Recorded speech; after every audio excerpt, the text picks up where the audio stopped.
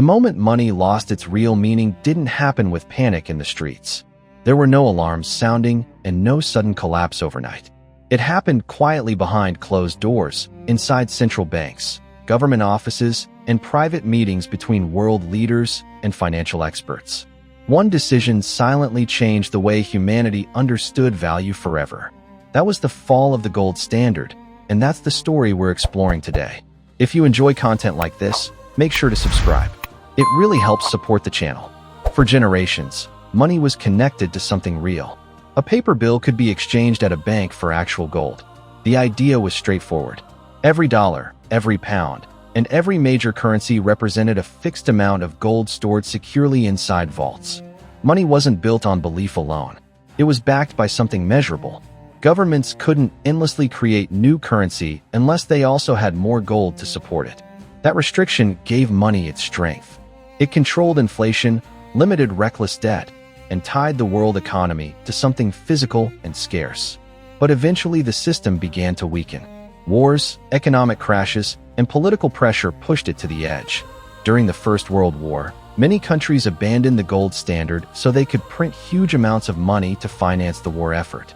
Once the fighting ended, governments tried to restore the system, but the numbers no longer added up. There was too much paper currency and too little gold. Economies struggled trying to force an old financial model into a completely different world. Then came the Great Depression. Deflation spread, businesses collapsed, unemployment exploded, and panic took over global markets. Nations started abandoning gold simply to stay alive economically. By the middle of the 20th century, world leaders wanted to rebuild stability. In 1944, representatives from Allied nations met in a town called Bretton Woods and designed a new version of the gold system. This time, the United States dollar became the center of global finance. Other currencies were tied to the dollar, and the dollar itself was linked to gold at $35 per ounce. For some time, the system appeared successful. The post-war boom helped rebuild economies, raised living standards, and created decades of relative stability. People trusted money because it was still connected to something solid. But beneath the surface, serious cracks were already forming. The United States began spending far more money than it could actually support through gold reserves. Wars, social programs, and global spending pushed dollars across the world faster than gold could replace them. Foreign governments noticed the imbalance and started exchanging their dollars for physical gold, exactly as the system allowed. America's gold supply began disappearing quickly, and confidence in the system started to shake. Then came August 15, 1971, the day money fully became paper. President Richard Nixon appeared on television and announced that the United States would temporarily stop converting dollars into gold. That word, temporarily, carried enormous weight because once the gold window closed, it never opened again. The dollar was no longer backed by gold. From that moment forward, it was backed only by trust. That event, later called the Nixon Shock, permanently ended the final link between money and something tangible. After that, every major currency became fiat money, meaning its value existed because governments declared it had value, not because it represented a physical commodity. And that decision changed the global economy forever. At first, nothing looked different. Businesses kept operating. Trade continued moving. People spent money exactly as before. But the entire system had fundamentally changed. Before 1971, governments were limited in how much money they could create because gold acted like a barrier. After the gold standard ended, that restraint disappeared. Governments and central banks could print enormous amounts of currency whenever they wanted. Debt surged. Inflation accelerated, and the 1970s became a decade of economic instability filled with oil crises, price increases, and shrinking wages. The discipline of gold had vanished, replaced by a system controlled by politics and central banking. To really understand the scale of this shift, imagine living through 1971 yourself. Suddenly, your savings, your paycheck, your retirement fund, and your entire financial future were no longer tied to anything real. Their value now depended entirely on how responsibly governments managed the system. For the first time in modern history, money became an idea instead of a guarantee. That's why many people describe it as the day money became worthless. Not because it lost all value instantly, but because it lost the foundation underneath it. From that point forward, value became whatever governments and markets agreed it should be. Central banks could now create money digitally whenever needed, and they did exactly that. The effects are still visible today.